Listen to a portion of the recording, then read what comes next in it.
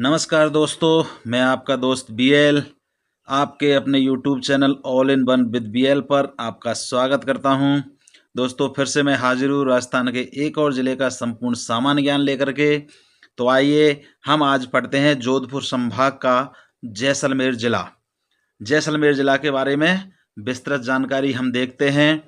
आपके स्क्रीन के ऊपर ये राजस्थान का मैप और यहाँ पे देखते हैं कि जैसलमेर कहाँ है। तो ये देखिए आप, ये आपका जैसलमेर ज़िला मैंने आउटलाइन की, मतलब क्षेत्रफल की दृष्टि से सबसे बड़ा ज़िला जैसलमेर ही है।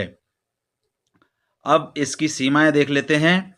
जैसलमेर की सीमा लगभग 50% सीमा पाकिस्तान के साथ लगती है। इसका मतलब यह अंतर्राष्ट्रीय ज़िला हो गया है, अंतर्राष्ट्रीय ज़िला। तो पाकिस्तान के साथ साथ राजस्थान के अन्य किन किन ज़िलों के साथ में जैसलमेर की सीमा लगती है। तो आप देखिए, बीकानेर के साथ जैसलमेर की सीमा लगी हुई है, फलौदी के साथ लगी हुई है, बालोतरा के साथ लगी हुई है और इधर बाड़मेर के साथ भी सीमा लगी हुई है। तो दोस्तों, जैसलमेर की सीमा अंतर्राष्ट्रीय सीमा है जो पाकिस्तान के साथ लगती है और राजस्थान के अन्य 4 जिलों के साथ में जैसलमेर की सीमा लगती है। अब देखते हैं जैसलमेर के बारे में अन्य जानकारी, इसकी स्थापना, भौगोलिक परिदृश्य, सब कुछ। तो जोधपुर संभाग का जैसलमेर जिला, स्थापना के बारे में देख लेते हैं। जैसलमेर की स्थापना यहाँ के वाटी शासक एक हुआ करता है जैसल नाम का, उन्होंने 12 जुलाई 1155 ईस्वी में की थी जैसलमेर की स्थापना। और जैसलमेर के प्राचीन नाम थे, वो थे मांड प्रदेश और बल्ल प्रदेश। मांड प्रदेश और बल्ल प्रदेश इसके प्राचीन नाम थे। जैसलमेर के कुछ उपनाम भी है कि इन्हें अभी किन किन नामों से पुकारा जाता है। तो वो है, एक देखिए, स्वर्ण नगरी, हवेलियों और झरोखों का शहर, पंखुड़ियों का शहर। पंखुड़ियों का शहर इसलिए कहा जाता है कि यहाँ पर पवन ऊर्जा संयंत्र लगे हुए हैं और वो जिन पवन ऊर्जा में जो पंखे लगते हैं उनकी पंखुड़ियों के आधार पर इन्हें पंखुड़ियों का शहर कहते हैं। रेगिस्तान का गुलाब, राजस्थान का अंडमान, गलियों का शहर, संग्रहालय का शहर, यहाँ पे बहुत सारे संग्रहालय है। तो ये इसके कुछ उपनाम थे। अब देखते हैं जैसलमेर के भौगोलिक प्रदेश के बारे में। तो जैसलमेर की जो स्थिति है वो राजस्थान के पश्चिमी भाग में है जो पाकिस्तान बॉर्डर बनाती है। इसकी सीमा पाकिस्तान के साथ लगती है। अंतर्राष्ट्रीय जिला हो गया है। वर्षा 25 सेंटीमीटर से कम होती है, इसका मतलब वर्षा बहुत ही कम होती है। एक यहाँ पे समग्राम है जो राजस्थान का थंडरबोल्ट कहते हैं उसे, और वहाँ ये गांव पूरा वनस्पति विहीन है, यहाँ पे पेड़ पौधे नहीं है। यहाँ की मिट्टी क्या है, रेतीली है और वनस्पति जो है मरुद्भिद या शुष्क पाई जाती है। यहाँ की जलवायु कोपेन के अनुसार, इसमें लिखा नहीं है, तो कोपेन के अनुसार क्या है यहाँ की जलवायु, BWHW है। कोपेन के अनुसार क्या है, BWHW। और BWHW कोपेन के अनुसार है। तो कोपेन के बारे में आपको बता देता हूँ। डॉक्टर व्लादिमीर कोपेन ने जलवायु वर्गीकरण के लिए एक प्रणाली बनाई थी जिसे कोपेन जलवायु वर्गीकरण प्रणाली कहते हैं। इसके अंतर्गत संपूर्ण जलवायु को 5 भागों में बांटा गया था और उन 5 भागों में से जो जैसलमेर की जलवायु है वो है BWHW। इसका मतलब है शुष्क मरुस्थलीय गर्म शीत शुष्क शीत जलवायु, शुष्क मरुस्थलीय गर्म शुष्क शीत जलवायु। आगे देखते हैं यहाँ पर कृषि। तो यहाँ पे खरीफ की फसल मुख्यतः होती है और जब से सिंचाई परियोजना जो इंदिरा गांधी नहर परियोजना यहाँ से गई तब से यहाँ कृषि होने लगी है। यहाँ पर सिंचाई जो है इंदिरा गांधी नहर परियोजना से होती है और यह परियोजना यहाँ पर 2 भागों में है। एक है इसका सागरमल गोफा शाखा और दूसरा है शहीद बीरबल शाखा। यह राजस्थान का सर्वाधिक तापांतर वाला जिला है, मतलब यहाँ पर ताप गर्मी बहुत ज़्यादा पड़ती है, सर्वाधिक गर्मी पड़ती है यहाँ पर। यह राज्य का न्यूनतम जन घनत्व वाला, मतलब जनसंख्या यहाँ पे जो लोग बहुत कम रहते हैं। नदियाँ यहाँ पे जो बहती है वो है काकेन नदी। इसका जो उद्गम है वो कोटड़ी की पहाड़ी है और इसका जो स्थानीय नाम है मसूरदी नदी भी इसको कहते हैं। ये पहले बहती होगी, अभी पानी इसमें नहीं है। यह नदी राज्य की सबसे छोटी अंत प्रवाह वाली नदी है, मतलब ये राजस्थान में से निकल करके राजस्थान में ही खत्म हो जाती है। सबसे छोटी नदी राजस्थान की, ध्यान रखना। यहाँ पे झील भी हुआ करती थी, एक भुज झील थी और मीठी झील थी। दो झील यहाँ पर ये हुआ करती थी और दोनों झील जो है काकेर नदी से बनती थी, इसी के पानी से ये झीलें बनती थी। अब देख लेते हैं यहाँ का भौगोलिक परिदृश्य। तो भौगोलिक परिदृश्य में यहाँ पे मरु राष्ट्रीय उद्यान, यह उद्यान 2 जिलाओं में फैला हुआ है। उनमें से ज़्यादातर जो हिस्सा है वो जैसलमेर के अंदर है, जैसलमेर और ये बाड़मेर के अंदर भी फैला हुआ है। यह राज्य का सबसे बड़ा अभयारण्य है और यहाँ Akal wood forest park, Akal wood forest park भी बना हुआ है और यहाँ 18 से 25 करोड़ वर्ष पूर्व के समुद्री वनस्पति के अवशेष मिले हैं। इसका मतलब पहले, बहुत पहले यहाँ पर समुद्र हुआ करता था। यहाँ पर डायनासोर होने के प्रमाण भी मिले हैं और यहाँ पर सेवण घास भी पाई जाती है जैसलमेर के अंदर। ये जो सेवण घास है वो प्रोटीन युक्त है, इसमें प्रोटीन ज़्यादा पाई जाती है। और जो राज्य पक्षी गोडावन है, राज्य पक्षी जो गोडावन है उसका अभ्यारण्य भी यहाँ इसी मरु राष्ट्रीय अभ्यारण्य में ही मिलते हैं गोडावन पक्षी। और ये गोडावन का प्रजनन स्थल भी माना जाता है राष्ट्रीय मरु उद्यान। सांस्कृतिक परिदृश्य देख लेते हैं। जैसलमेर दुर्ग या सोनार का दुर्ग, यह जैसलमेर में है और इस दुर्ग के नाम पर सरकार ने डाक टिकट भी जारी किए थे। इसका जो निर्माण है वो महारावल जैसल ने करवाया था, जो यहाँ का शासक था। और इसकी नींव क्या है, 1155 ईस्वी में रखी गई थी और इसमें टोटल 99 बुर्ज बने हुए हैं, बुर्ज।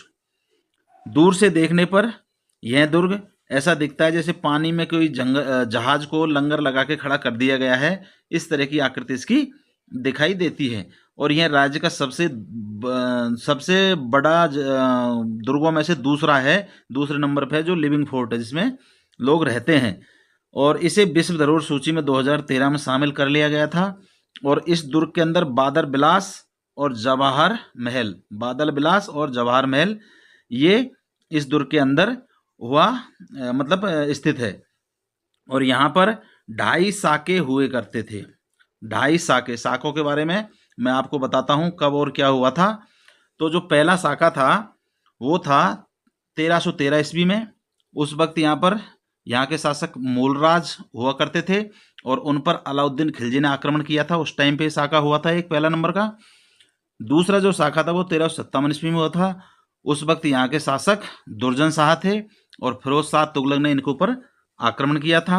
और तीसरा या जो 2.5 वाला साका था वो 1550 ईस्वी में लूणकरण यहाँ के शासक थे और आमिर अली ने इनके ऊपर आक्रमण किया था।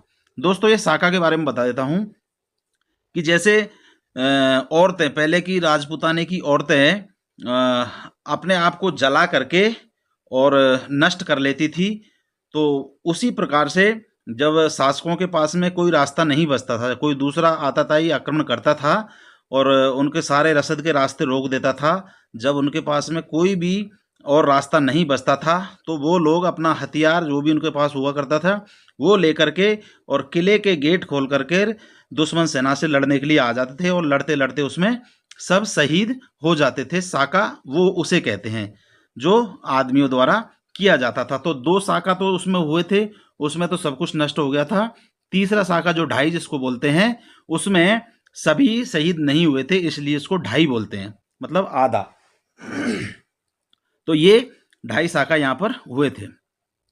अब है पोखरण दुर्ग, यह भी पोखरण में है और यहाँ पर मरु उत्सव 2025 की शुरुआत यहीं से हुई थी और इसमें सौंदर्य प्रतियोगिता हुई थी जिसमें मिस्टर पोखरण गोपाल सिंह भाटी बने थे और मिस पोखरण अभिलाषा चौधरी बनी थी। और यहाँ पे और क्या है, पटवों की हवेली। यह हवेली भित्ति चित्रणों के लिए प्रसिद्ध है, मतलब दीवार पर चित्र बने हुए उनके लिए प्रसिद्ध ही है। एक है सलीम सिंह की हवेली, यह भी जैसलमेर के अंदर है। एक है नथमल की हवेली, यह 3 शैलियों में बनी हुई है। नथमल की हवेली 3 शैलियों में बनी हुई है, हिंदू शैली, सिंधी शैली और मुगल शैली। ये 3 शैलियों में ये हवेली बनी हुई है। उसके बाद यहाँ के धार्मिक स्थल, बाबा रामदेव जी का स्थान है जो फेमस है। रामदेवरा या रुणीचा में, ये रुणीचा धाम में स्थित है और यहाँ का जो मेला है वो धार्मिक सौहार्द का मेला कहलाता है। और यह मेला भाद्र शुक्ल पक्ष में शुरू होता है और यहाँ पे जो कामड़ जाति की महिला है वो 13 ताली नृत्य करती है रामदेव जी के मेले में। अब देख लेते हैं यहाँ के प्रमुख स्थल। तो घुड़सीसर झील है एक यहाँ पर जैसलमेर, ये मीठे पानी की झील है और इसका निर्माण जो है महारावल गढ़सी ने करवाया था। जो गढ़सीसर नाम है उसी से पता चल रहा है कि गढ़सी ने करवाया था। और यहाँ जमाल साहब पीर की दरगाह है, इस झील के किनारे जमाल साहब पीर की दरगाह है और यहाँ पर गढ़सी की हवेली भी स्थित है। एक है अमर सागर झील, इसका निर्माण जो है महारावल अमर सिंह ने करवाया था। अब देखिए एक लाठी सीरीज, ये इंपॉर्टेंट है, थोड़ा याद रखना। लाठी सीरीज क्या है? पोखरण से मोहनगढ़ के बीच एक भूगर्भिक या पृथ्वी के अंदर जल पट्टी है जिसे लाठी सीरीज कहते हैं, जो धरती के अंदर पानी है वो, और इसका जो स्रोत है वो सरस्वती नदी को माना जाता है। और यहाँ पर सेवण घास भी पाई जाती है और यहाँ पर एक नलकूप है, वो चंदन नलकूप लगा हुआ है, उससे थार का घड़ा कहा जाता है। मतलब यहाँ से पानी निकलता है नलकूप टाइप में, उससे थार का घड़ा कहा जाता है। और यहाँ पर आईओसी इंडियन ऑयल कॉरपोरेशन और ONGC oil and natural gas corporation द्वारा इस लाठी सीरीज में एक प्रोजेक्ट चला गया है, उसे प्रोजेक्ट सरस्वती कहा जाता है। इसमें जो सरस्वती नदी जो का मतलब स्रोत माना जाता है, उसको खोजने के लिए, सरस्वती नदी को खोजने के लिए जो प्रोजेक्ट चलाया है वो है प्रोजेक्ट सरस्वती कहा जाता है। यहाँ पे बड़ा बाग की छतरी है, यह भाटी राजवंश का शाही शमशान स्थल हुआ करता था पहले। एक है लुद्रवा गांव, यहाँ भाटी राजवंश की राजधानी हुआ करती थी। जैन धर्म के मंदिर है यहाँ पे जो परमार शैली में बने हुए हैं। यहाँ पे है घोटारू, यहाँ हीलियम गैस के भंडार है और यहाँ आसमान से देखने पर ऐसा लगता है कि पेड़ों से पेड़ ऐसे लगे हुए हैं जिससे कि इंडिया लिखा हुआ दिखाई देता है पेड़ों से, इस तरह से पेड़ लगे हुए हैं। एक नाचना गांव है, यह मरुस्थल मार्च हेतु प्रसिद्ध है। मरुस्थल मार्च हेतु मतलब ऊँटों के लिए, और यहाँ के ऊँट तेज चाल के लिए प्रसिद्ध है। ऊँट यहाँ पे बड़े तेज चलते हैं रेतीली मिट्टी के अंदर। एक है यहाँ पर रामगढ़, जो एशिया का सबसे ऊंचा टीवी टावर रामगढ़ में लगा हुआ है और राज्य सरकार द्वारा स्थापित प्रथम गैसीय ताप परियोजना भी जैसलमेर के अंदर है। एक है यहाँ पर जी कनोईगाम। कनोईगाम राजकुमारी रत्नावती गर्ल्स स्कूल यहाँ पे स्थित है और यहाँ से शार्क मछली के प्रमाण मिले हैं, क्योंकि यहाँ पे बहुत समय पहले समुद्र हुआ करता था तो शार्क मछली के प्रमाण यहाँ पे मिले हैं। एक तनोट है, यहाँ तनोट माता का मंदिर है और इस माता को राजस्थान धार की वैष्णो देवी कहते हैं और रुमाल वाली देवी भी कहते हैं और सैनिकों की देवी भी कहा जाता है, क्योंकि इस मंदिर की देखभाल बीएसएफ करती है।